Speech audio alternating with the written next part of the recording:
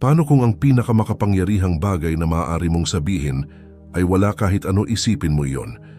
Walang mensahe ng paghihiganti, walang tawag sa 10 oras ng gabi, walang pasibong agresibong post.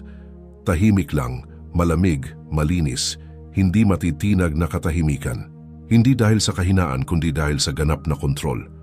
Paano kung ang iyong katahimikan na ang magsisilbing pagsasara, parusa, mensahe? Dahil kapag ikaw ay tumahimik, talagang tumahimik, naririnig ito ng mga tao sa paraang hindi kayang maabot ng mga salita. Hindi niya inasahan iyon. Inasahan niyang magkakaroon ng ingay. Inasahan niyang maghihirap ka, mangungulila, magpapakita ng halaga. Inasahan niyang makikita ang parehong pattern na nakita niya noon. Marahil siya pa nga ang lumikha nito. Pero ngayong pagkakataon, may naputol. At hindi lang ang puso mo. Ang ilusyon na kaya niyang umalis at manatili pa ring may access sa'yo, na kaya niyang maglakad palayo at patuloy na may lugar sa buhay mo. Inisip niyang mananatili kang emosyonal na available habang siya'y nag-e-explore ng ibang mga option. Inisip niyang maghihintay ka pa kapag magsawa siya. Pero ikaw'y nawala. Hindi sa galit, hindi sa puot, sa kapayapaan. At iyon ang nagpapalupit dito. Kita mo, karamihan ng kalalakihan ay tumutugon ng emosyonal. Nagtatangkang habulin, sobra ang pagpapaliwanag. Nagmamakaawang maintindihan. Pero ang isang stoic na lalaki, kabuntot ng kabaligtaran, binibigyan niya ng laya ang sarili. Nararamdaman niya ang sakit. Oo, pero hindi siya nagiging sakit na iyon. Hindi niya kailangan ng confirmation mula sa kanya kung gaano siya kaalaga. Hindi niya kailangan ng pagsasara upang mag-move on. Ang kanyang katahimikan ang nagsisilbing pagsasara. Sinasabi nito, wala na akong maibibigay pa sa iyo. Wala ka ng access sa aking enerhiya. Ikaw ang pumili nito, mabuhay ka na lang diyan. At ang katahimikan na iyon, diyan siya hahantong. Dahil lumilikha ito ng isang puwang. Isang espasyo kung saan dati-rati naramdaman niya ang kapangyarihan. Isang espasyo kung saan ang iyong atensyon, emosyon at presensya ay naroroon. Hahanapin niya iyon muli. At kapag hindi ito natagpuan, doon magsisimula ang pagsisisi. Hindi kapag ikaw ay nagte-text, hindi kapag ikaw ay tumatawag, pero kapag ikaw ay nawala na, wala na sa mapa, nag-evolve sa mga anino. Ang video na ito ay hindi tungkol sa paghihiganti. Ito ay tungkol sa pag-angkin ng iyong kapangyarihan. Ito ay tungkol sa pagbabago ng sakit ng puso bilang gasolina. Ito ay tungkol sa pagiging bihasa sa sining ng emosyonal na disiplina na ang iyong katahimikan na ang pinakamalakas na bagay sa kwarto. Dito nagtatagpo ang stoicism at dark psychology, kung saan ang self-control ay nagiging atraksyon, kung saan ang detachment ay nagiging dominasyon, kung saan ang katahimikan ay nagiging sandata na hindi niya inaasahan. Kaya't itanong ko ulit, paano kung ang pinakamalakas mong magagawa ay wala? Kung tapos ka na sa pagpapakumbaba para sa kaliwanagan, kung tapos ka na sa paghihintay sa isang tao na ginawang option ka, i-like mo na, mag-subscribe, i-turn on ang notifications at mag-comment sa ibaba. Pinapalaya ko ang mga bagay na hindi ko kayang kontrolin. Ngayon magsimula na tayo. Numero 1, ang kapangyarihan ng katahimikan. Ang katahimikan ay hindi kahinaan, ito ay digmaan. Ito ang hakbang na hindi niya inaasahan dahil hindi ito nagpapakain sa kanyang ego. Hindi nito kinukumpirma ang kanyang kapangyarihan at hindi nito siya binibigyan ng aliw. Karamihan sa mga kalalakihan, kapag sila ay iniwang wasak ang puso, ay nagiging panic mode. Binabaha nila ng mga mensahe ang kanyang telepono. Ibinubuhos nila ang kanilang puso sa mga mahabang text. Naghahanap sila ng tamang mga salita na magbabalik sa kanya. Pero heto ang mahirap na katotohanan. Bawat salitang ipinapadala mo sa kanya kapag siya'y umalis ay patunay lamang na hawak pa rin niya ang kontrol. Bawat mensahe ay isang sinulid na nag-uugnay sa iyo sa isang taong tumanggap na ng pagbitaw. Pero ang katahimikan ay iba. Ang katahimikan ay nangyayari kapag ang isang lalaki ay nagdesisyong tapos na siyang magpanggap. Kapag na-realize niyang mahalaga ang kanyang enerhiya at hindi ito para sa isang taong tinitreat siya bilang opsyon. Kapag sa wakas naintindihan niyang ang hindi pagsagot ay ang pinakamakapangyarihang tugon sa lahat dahil ang katahimikan ay hindi walang laman, ito ay puno ng mensahe. Sinasabi nito sa kanya, hindi mo pwedeng iwanan ako at makinig pa mula sa akin. Hindi mo pwedeng tanggihan ako at patuloy na makuha ang atensyon ko. Hindi mo pwedeng makuha ang pareho. Sa sandaling ikaw ay tumahimik, nagbabago ang dynamic ng kapangyarihan. Hindi ka na tumutugon, hindi ka na umaabot, hindi ka na available. Walang kawalan. Ito'y nagiging malakas, mapapansin niya ito sa umaga kapag hindi siya magigising sa pangalan mo. Maririnig niya ito sa mga notifications na hindi dumarating. Mararamdaman niya ito kapag nag-post siya at hindi makita ang pangalan mo sa mga views o likes. Ang katahimikan na iyon ay nagiging vacuum at ang vacuum na iyon ay pinipilit siyang umupo sa mismong espasyong akala niya ay gusto niya. Dito, nagkakaiba, ang stoic na lalaki mula sa karamihan ng emosyonal na tao. Hindi siya tumatahimik para lang makuha ang atensyon. Tumatahimik siya dahil tapos na siyang maghanap nito. Hindi siya naglalaro ng laro. Naglalaro siya para sa kapayapaan. Ang kanyang katahimikan ay hindi emosyonal na manipulasyon. Ito ay pagpapahalaga sa sarili. Ito ay kontrol. Tinatanggihan niyang pakainin ang isang siklo na kinuha ang kanyang kapayapaan. Tinanggap niya ang mga bagay na hindi niya kayang baguhin at tinanggal ang sarili sa mga bagay na hindi niya kayang kontrolin. Hindi iyon kahinaan. Iyon ay lakas. Kaya kapag na-realize niyang wala ka na talaga, walang mga breadcrumb, walang double, taps, walang just checking in ng mga text, iba ang impact dahil hindi siya sanay sa katahimikan. Sanay siya sa ingay, drama, emosyon at reaksyon, pero wala kang ibinigay. At ang wala ay ang tanging bagay na hindi niya kayang gawing kwento, hindi kayang labanan at hindi kayang kalimutan. Kung tapos ka na sa pagtugon, kung tapos ka na sa pagpapatawa sa isang taong naglakad palayo, i-like mo na, mag-subscribe, i-turn on ang notifications at mag-comment sa ibaba. Ang aking katahimikan ay ang aking lakas. Numero 2. Kontrolin ang kaya mong kontrolin, pakawalan ang hindi mo kayang kontrolin. Ang sakit ay pinakamalakas na tumama kapag sinusubukan mong kontrolin ang mga bagay na hindi mo kayang kontrolin. Hindi mo kayang pilitin ang isang tao na mahalin ka.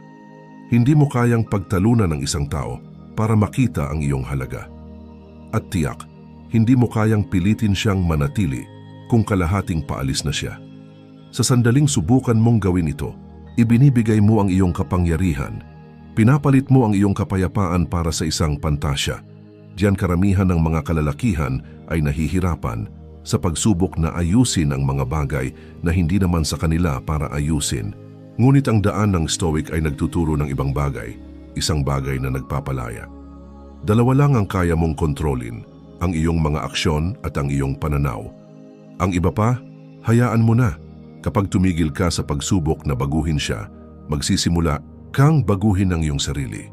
Tumatigil ka sa pagpapakita ng performance para sa aprobasyon. Tumatigil ka sa pagmamakaawang magkaroon ng kaliwanagan. Sa halip, nakatutok ka sa iyong sariling kodigo. Ang isang stoic na lalaki ay hindi nagmamakaawa. Hindi siya humahabol. Tinatanggap niya, hindi dahil hindi siya nakakaramdam, kundi dahil tinatanggihan niyang pamunuan siya nito. Ang paglayo niya ay hindi siya nanginginig dahil hindi niya binubuo ang kanyang pagkakakilanlan sa paligid ng presensya ng iba. Kinokontrol niya ang kanyang frame. At kapag na-realize niyang ang pag-alis niya ay hindi ka tinumba, doon na papasok ang pagsisisi.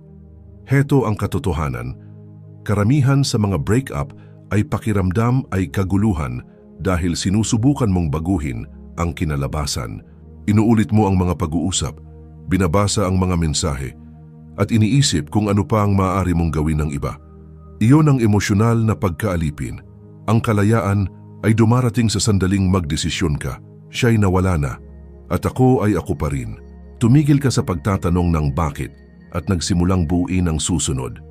Ang pagbabago na iyon from reaction to intention, ang magbabago ng lahat, diyan ka aangat. Hindi ka magiging mas malakas sa pagkontrol sa iba. Magiging mas malakas ka sa pagiging master ng iyong sarili. Magiging magnetic ka kapag tumigil ka sa paghabol at nagsimula kang pumili. Ang sandaling tinanggap mo ang mga bagay na hindi mo kayang kontrolin ay ang sandaling magiging hindi ka na maaabot. Kung tapos ka na sa pagsubok na baguhin ang desisyon, niya kung handa ka nang maging master ng iyong tugon, i-like mo na, mag-subscribe, i-turn on ang notifications at mag-comment sa ibaba. Pinamamahalaan ko ang sa akin at pinapalaya ang iba. Numero 3. Atraksyon sa pamamagitan ng kawalan. May dahilan kung bakit epektibo ang mawala. Hindi ito isang trick, ito ay sikolohiya ng tao. Nais natin ang mga bagay na bihira. Hinahabol natin ang mga bagay na umaatras. At sa sandaling alisin mo ang iyong sarili mula sa kanyang mundo, nagiging mas mahalaga ka kaysa sa anumang mensahe na maaari mong ipadala. Noong ikaw ay laging available, laging nagte-text, laging tumutugon, alam niyang nandyan ka, predictable, madali. Pero kapag ikaw ay tumahimik, kapag nawala ang iyong presensya, doon magsisimula ang pag-ikot ng kanyang isipan. Nasaan siya? Bakit hindi siya nag-reach out? Tapos na ba siya sa akin? Ngayon, siya na ang humahabol ng mga sagot at nagsisimula ang atraksyon. Heto ang malamig na katotohanan. Karamihan sa mga babae ay hindi nagsisisi sa pagkawala ng lalaking nagmakaawa. Nagsisisi sila sa pagkawala ng lalaking nagparamdam sa kanila ng seguridad, tapos ay nawala ng may dignidad. Ang lalaking may nararamdaman pero hindi pinapayagan ng mga iyon na kontrolin siya. Iyon ang stoicism na may kasamang dark psychology. Hindi mo siya bibigyan ng aliw na alam niyang ikaw ay nananatili pa sa likod. Hindi, pinuputol mo ang supply. Nawala ka hindi para saktan siya, kundi para igalang ang iyong sarili, dahil kung may isang tao na kayang umalis mula sa iyo nang walang alinlangan, hindi siya karapat-dapat magkaroon ng pribilehiyo na makuha ang unang row ng iyong paghilom. Nagiging mas kaakit-akit ka kapag gumagawa ka ng distansya. Hindi peking distansya, kundi tunay at may layunin na kawalan. Ang klase ng distansya na pinipilit siyang harapin ang mga kahihinatnan ng kanyang desisyon. Ang klase ng distansya na magpapa-question sa kanya kung ano ang akala niyang garantiya. At kung hindi siya magsisisi, mabuti. Taas na ang level mo. Kung magsisisi siya, mas maganda. Hindi ka na naghihintay. Ang kawalan ay lumilikha ng demand. At ang demand na iyon ay nakabatay sa katahimikan, disiplina at lakas para mag-withdraw. At hayaang ang iyong presensya ang magsalita. Mapapansin niya. Magtatanong siya, pero ikaw, nakapag-move on ka na, naging bihira ka na. At sa isang mundo na puno ng desperadong atensyon, ang pagiging bihira ay kapangyarihan. Kung tapos ka na sa pagpapakita ng iyong halaga at handa ng hayaang ang iyong kawalan ang magsalita para sa iyo, i-like mo na, mag-subscribe, i-turn on ang notifications at mag-comment sa ibaba. Ang aking kawalan ay lumilikha ng halaga. Numero 4. Hayaan siyang harapin ang mga desisyon niya. Tigil na ang pagsagip sa mga tao mula sa mga kahihinatnan ng kanilang sariling desisyon. Gumawa siya ng desisyon nang siya'y umiwas, nang tumigil siya sa pagpapakita, nang pinakawalan kanya. At kung ginawa man niya ito ng tahimik o may kasamang drama, desisyon pa rin iyon. Karamihan sa mga kalalakihan, kapag naramdaman nila ang sakit, gusto nilang ayusin ito. Gusto nilang mag-reach out, maghanap ng kahulugan, maghanap ng closure. Pero ang ginagawa lang niyan ay pinapalambot ang epekto na dapat sana niyang maramdaman. Kung ikaw ay papasok para alisin ang kanyang pagkakasala, binabawasan mo ang pagsisisi. Pinapaluwag mo ito, binibigyan mo siya ng emosyonal na safety net at hindi siya karapat-dapat doon. Hayaan siyang makaharap ito. Hayaan siyang magtaka kung bakit hindi ka bumalik. Hayaan siyang mag-scroll sa iyong feed at makita ang katahimikan. Hayaan siyang ma-realize na hindi na siya ang sentro ng iyong mundo, na hindi garantiya ang iyong atensyon. Isang regalo iyon. Na ang iyong pagmamahal ay hindi kahinaan, ito ay bihira. At ngayon, wala na ito. Dito nagiging brutal ang stoicism. Hindi dahil malamig ka, kundi dahil tinanggap mo na ang realidad. Hindi mo siya kinamumuhian. Hindi mo siya nilalayuan ng masama. Pero tapos ka na sa pagsasagip sa mga tao mula sa kanilang sarili. Hindi mo pinapalambot ang aral kahit na siya ang may halaga sa iyo. hahayaan mong maramdaman niya ito ng buo. Dahil doon lang niya maiintindihan kung ano ang nawala sa kanya. Gusto mo bang magsisi ang isang babae sa pagkawala mo? Huwag magpadala ng mahabang mensahe. Huwag subukang ipaliwanag ang lalim ng iyong ibinigay. Iwanan mo siya ng tahimik, buo. At magpatuloy ng walang sila. Diyan magsisimula ang katahimikan na magsisigaw. Diyan niya maiisip, hindi ko lang nawala ang anumang lalaki, nawala ko siya. At sa oras na matutunan niyang ito, ikaw ay matagal nang wala.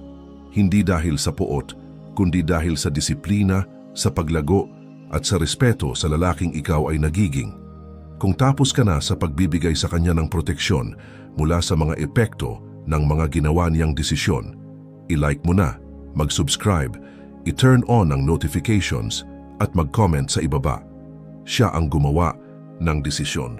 Ako ang gumawa ng aking kapayapaan. Numero 5, magbuo muli sa katahimikan. Tumayo sa mga anino. Ang pinakamalalakas na hakbang ay ginagawa sa katahimikan.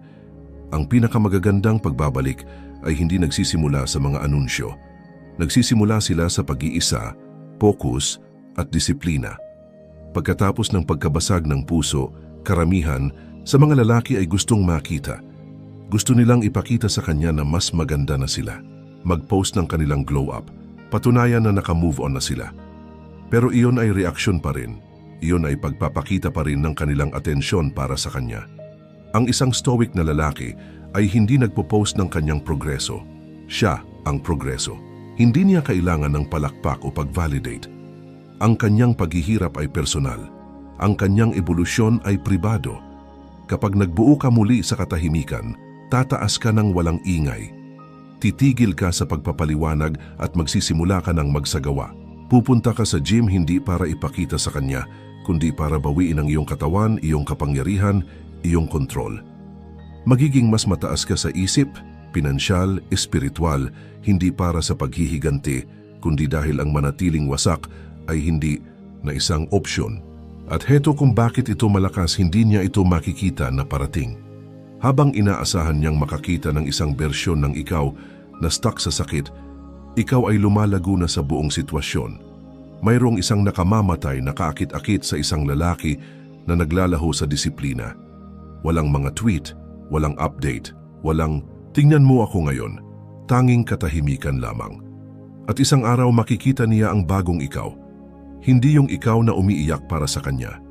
Yung ikaw na hindi man lang kumikilos kapag nabanggit ang kanyang pangalan. Ang lalaking dati ay nagmamakaawa, ngayon ay naglalakad ng may layunin at iyon ay tatama sa kanya ng mas malakas kaysa anumang bagay na maaari mong sabihin. Dito pumapasok ang dark psychology. Hinahabol ng mga tao ang mga bagay na hindi na nila nauunawaan. At ang misteryo? Ang misteryo ay naguudyok ng obsesyon. Magsisimula siyang magtaka kung paano ka gumaling, kung sino ka naging, kung ano ang na-miss niya. Pero pagdating ng panahon, hindi ka na magpe-perform. Masyado ka nang abala sa pamumuhay. Masyado ka nang nakatutok sa layunin para mag-alala sa pagpapakita ng anumang bagay sa kanya. Kung tapos ka na sa pagsubok na makita at handa nang gumalaw sa katahimikan, i-like mo na, mag-subscribe, i-turn on ang notifications at mag-comment sa ibaba. Ang aking paglago ay mas malakas kaysa mga salita. Numero 6. Ang emosyon ay isang kasangkapan, hindi isang amo. Totoo ang sakit, walang duda. Pero ang pabayaan itong mag-control sa iyo, isang desisyon iyon. Nang siya'y umalis, tumama ito sa iyong dibdib. Hindi lang ito heartbreak, kasama na ang pagtataksil, kalituhan at kamatayan ng ego. Ang pakiramdam ng itinapon ka parang wala kang halaga. At oo, nakakaakit na magalit, malunod sa kalungkutan at hayaang mangibabaw ang sakit. Pero heto ang katotohanan. Ang isang stoic na lalaki ay alam na ang mga emosyon ay mga signal, hindi mga utos. Nararamdaman mo sila pero hindi sila ang magpapasya. Dito nawawala ang karamihan sa mga kalalakihan. Lulunod sila sa emosyon. Gumagawa sila ng desisyon mula sa sugat, imbes na sa karunungan. Pero ang isang lalaking may disiplina, nararamdaman niya ito ng buo, pagkatapos ay ini-channel ito. Hindi siya tumatakbo mula sa sakit, ginagamit niya ito. Bawat patak ng heartbreak ay nagiging gasolina para sa gym, para sa paghihirap, para sa focus, ginagawa niyang obsession ang pagtanggi, ang kanyang mga layunin, ang kanyang kapayapaan, ang kanyang layunin. Hindi siya bumabagsak, nagiging matalim siya. Iyon ang itinuturo ng Stoicism. Ang kontrol sa emosyon ay hindi nangangahulugang pagiging manhid sa emosyon. Nangangahulugan ito ng mastery sa emosyon. Hindi mo pinipigilan ang nararamdaman mo. Hindi mo lang hinahayaan na paglingkuran ka nito. Kaya iniisip mo pa rin siya paminsan-minsan, tao lang. Pero hindi mo ito kikilusan. Pinagmamasdan mo ito. Humihinga ka at tinatanggap, at pagkatapos ay magpapatuloy ka. Bawat pagkakataon na nilalabanan mo ang pagnanais na makipag-ugnayan, bawat pagkakataon na nagpapatuloy ka sa tuwing tumama ang mga alaala, ikaw ay nananalo. Tahimik, walang humpay. Hindi mo hinahayaan ang emosyon na magdesisyon para sa iyo. Hahayaan mong ang disiplina ang magsalita ng mas malakas. Dahil kapag nalamang na master mo ang iyong panloob na mundo, walang sino man sa labas mo ang makakashake nito. Kung tapos ka na sa pagpapadala ng emosyon at handa nang gawing kapangyarihan ang sakit, i-like mo na, mag-subscribe, i-turn on ang notifications at mag-comment sa ibaba. Nararamdaman ko ng malalim pero kumikilos ako ng matalino. Numero 7. Ang hindi pagsagot ay isang sagot.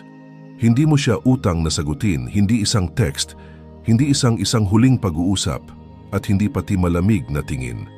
Kapag may hindi rumespeto sa iyong presensya, ang iyong katahimikan ay nagiging parusa. Karamihan sa mga tao ay kayang humarap sa mga argumento, kaya nilang makipag-usap tungkol sa closure, kaya nilang tiisin na magalit ka, magmakaawa, magbaliw. Pero ang hindi nila kayang tiisin ay ang hindi mo pagsagot, ang hindi pagbigay ng kahit anong reaksyon. Diyan matatagpuan ang kapangyarihan. Inaasahan niyang makakatanggap ng sagot. Sanay siya rito. Sanay siya sa emosyonal na pabago-bago, sa drama, sa pag-aayos ng pinsala, sa pagpapalaki ng ego. Pero kapag wala kang sinabi, sinira mo ang pattern. Nalikha mo ang isang puwang na hindi niya kayang punan. Tinanggihan mo siya sa isang bagay na madaling ibigay ng karamihan sa mga lalaki, ang atensyon. At pag pinutol mo iyon, siya na lang ang natira upang harapin ang sarili niya. Wala nang enerhiya na pwedeng pagsaluhan. Wala nang emosyonal na gantimpala, tanging katahimikan na lang. Hindi ito tungkol sa pagiging petty. Ito ay tungkol sa mga hangganan. Hindi ka sumasagot dahil wala nang natirang sasabihin. Ang respeto ay nawala na. Ang koneksyon ay patay na. At natutunan mo ng wakas na ang kapayapaan ay mas malakas kaysa sa closure. Hindi ka humahabol sa mga sagot. Hindi ka naghahanap ng paliwanag. Kumilos ka. Mag-evolve ka. Nagiging hindi magagamit.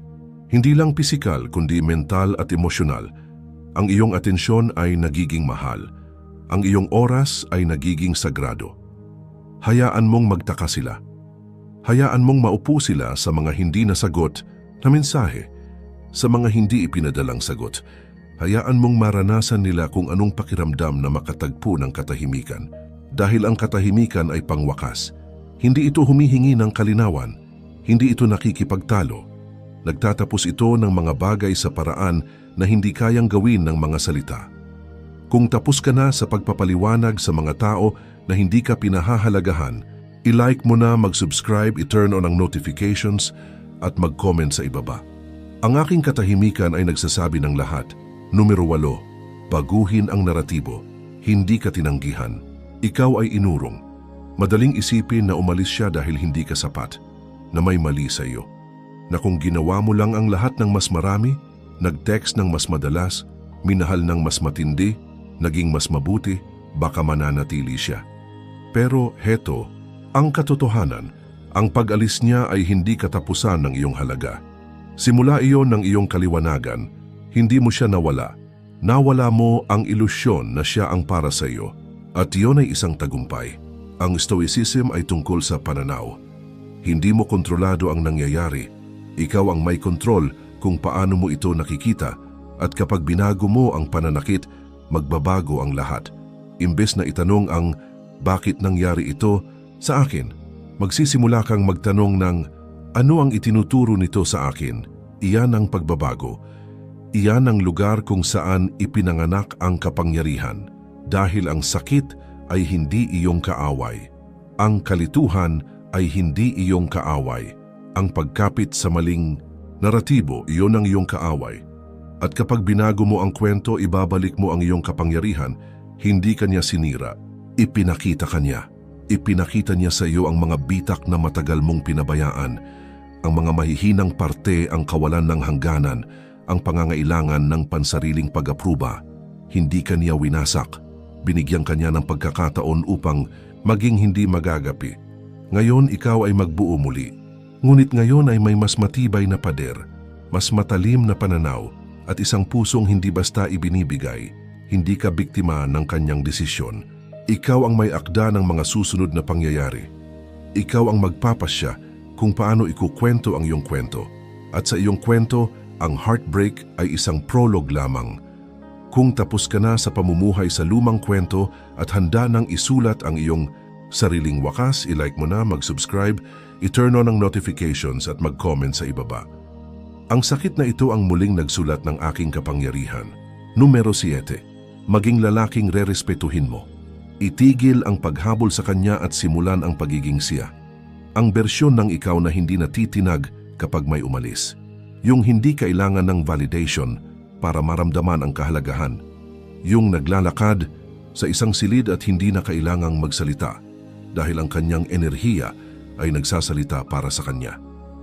Iyan ang lalaking binubuo mo ngayon, hindi para sa paghihiganti, hindi para patunayan siyang mali, kundi dahil karapat-dapat kang maging kasing solid ng ganon. Tanungin ang iyong sarili.